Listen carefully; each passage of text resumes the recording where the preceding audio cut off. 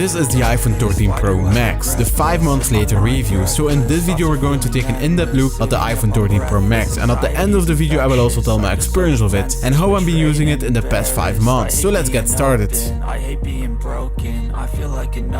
The iPhone 13 Pro Max looks almost the same as the 12 Pro Max. It has the same stainless steel sides. I would love to see that Apple uses a coating or something on the stainless steel, that it will not get dirty so quickly, and also let fingerprints on the sides. I do recommend to use a case with this iPhone because the stainless steel is scratching really fast. The back is also the same as the 12 Pro Max. It has the same frosted finish on the glass. I do have this also on my 11 Pro Max, 12 Pro Max and on my 13 Pro Max, and I don't pick up fingerprints, and I love that. And now we're going to talk about the design changes. There's not that much, but what is clearly noticeable is of course the notch. Apple did make the notch smaller, and it did move the speaker hole to the bezel. So that's the reason why the notch is smaller. To be honest, in day-to-day use I don't notice the notch anymore, but also I don't mind if they make the notch smaller. Everything that they will do with it, I'm fine for it. And also the changes that they will remove the notch on the iPhone 14 Pro and Pro Max is really big. They will pretty much go to a hole punch and a pill cutout. These are just leaks, but we will see what Apple will do. Now we're going back to the review, and if you want that I do cover Apple leaks on my channel, just let me know. So the other design change on the 13 Pro Max is the camera bump. There's not that much change about the camera bump, it's only a little bit thicker and bigger. Also the lenses are a little bit bigger so they can capture more light, but I will talk about that in a couple of minutes. And that's everything what they changed on the outside of the iPhone 13 Pro Max.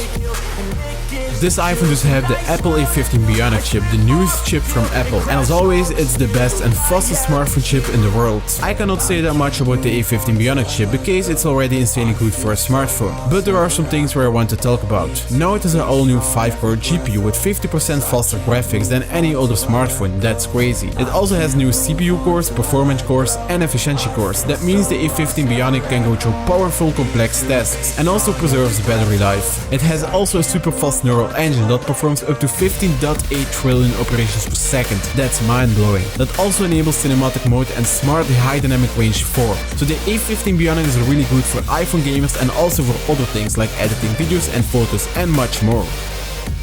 The battery in this iPhone is amazing, it's so good. It has 2.5 more hours than the 12 Pro Max. Apple did make the battery smaller in the 12 Pro Max, and in the 13 Pro Max they did make it bigger again. Before the 13 Pro Max, the iPhone 11 Pro Max had the best battery life on an iPhone, but now the 13 Pro Max has the best battery again. I do live in Belgium, and they just started rolling out 5G. I hope by the end of 2022 there will be 5G in the city where I live. I did not have a whole day with 5G, so I can't say if it's taking much power or not, but I did have seen from others that it is not that much of a battery drain. So if you're using 5G on the 13 Pro Max, you will still have a great battery life. And yeah, 120Hz is on the iPhone 13 Pro Max, and it does not affect the battery life. I will talk later in the video about 120Hz.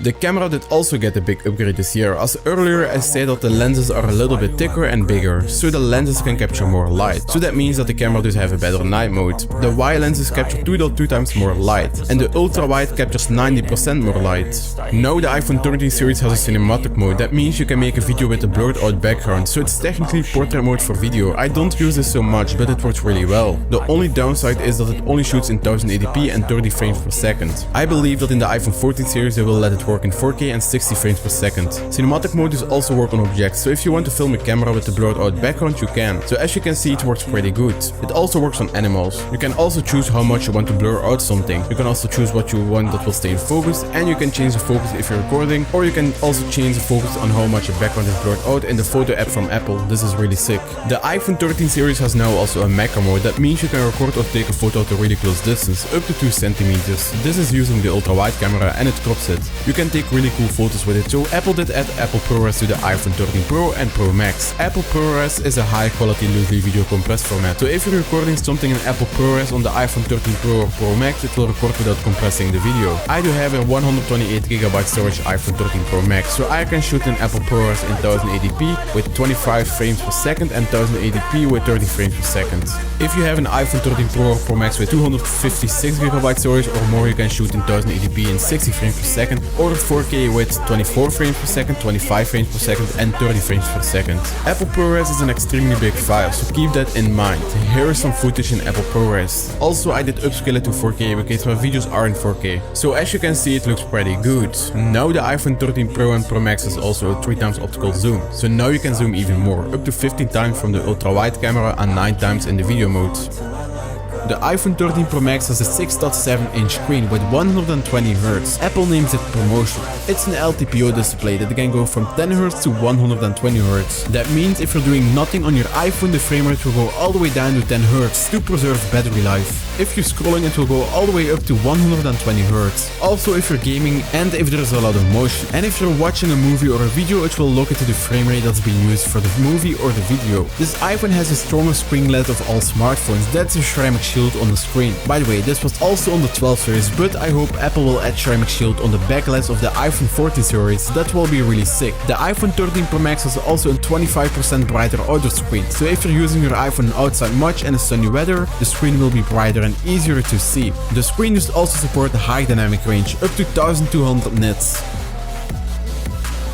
So what is my experience of the iPhone 13 Pro Max after 5 months of use? I can only say, wow, what is this iPhone great. It's so fast and it's so reliable. I did not have a single problem with it in the past 5 months. Also the battery in the iPhone 13 Pro Max, it's too good, I will say. I do mostly charge my iPhone not every day. Mostly I charge it every 2 days. Also my battery condition is still at a 100% after 5 months of use. And I do charge my iPhone 13 Pro Max with the Apple MagSafe Duo, so that will not hurt the battery at all. The screen I do really like. I can see the 120Hz. Some people will not see the 120Hz, but I do. If I pick up an older iPhone that does have 60Hz, it feels not smooth anymore, and I can feel and see the difference. Also the screen can go really bright, so you can see it really good if the sun is shining on your screen. Face ID is for me the best unlocking system. The iPhone 12 and 13 series did get an upgraded TrueDepth camera system. From iOS 15.4, that's now in beta, you can lock your iPhone safely with the mask on. That did already work if you did have an Apple Watch, but that was not so secure. So Face ID is much better than before, but that does not mean I don't want Touch ID back. I think it needs to come back. On the iPhone Pro series it needs to be under the screen, and on the non-Pro series it needs in the power button, like what Apple did with the iPad Air and the iPad mini. To make it clear, they don't need to replace Face ID with Touch ID, but put Touch ID and Face ID on it together. The camera I don't use so much, because I have a dedicated camera, but sometimes I use it for photos and for social media. But I want to use more my iPhone camera for some things in my videos, because the camera is really good.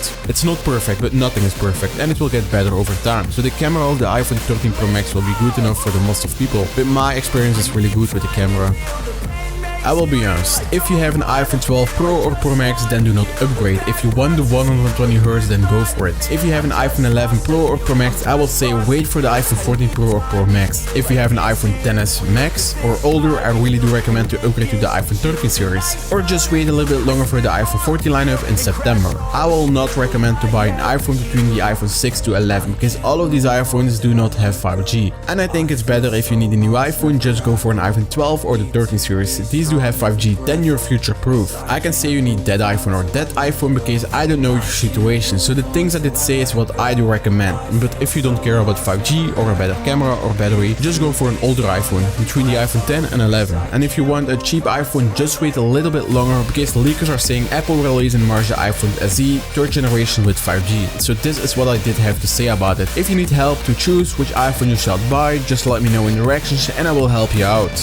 So this was the video for this week, and before we closing up this video, I want to say I will try to upload more. Like, it's really hard for me to upload much because I script all of my videos, and sometimes it's really hard for me to speak English in the right way. So this is not scripted, by the way, this last part, but I just want to say this, and I will try to make a new video by next week that will be about the 14-inch MacBook Pro with the M1 Max performance in that video. So stay tuned for that. So please drop a like and subscribe, and if you have any questions, just let me know in the reactions and I will respond to it, and also follow me on Twitter, and I will see you in the next video.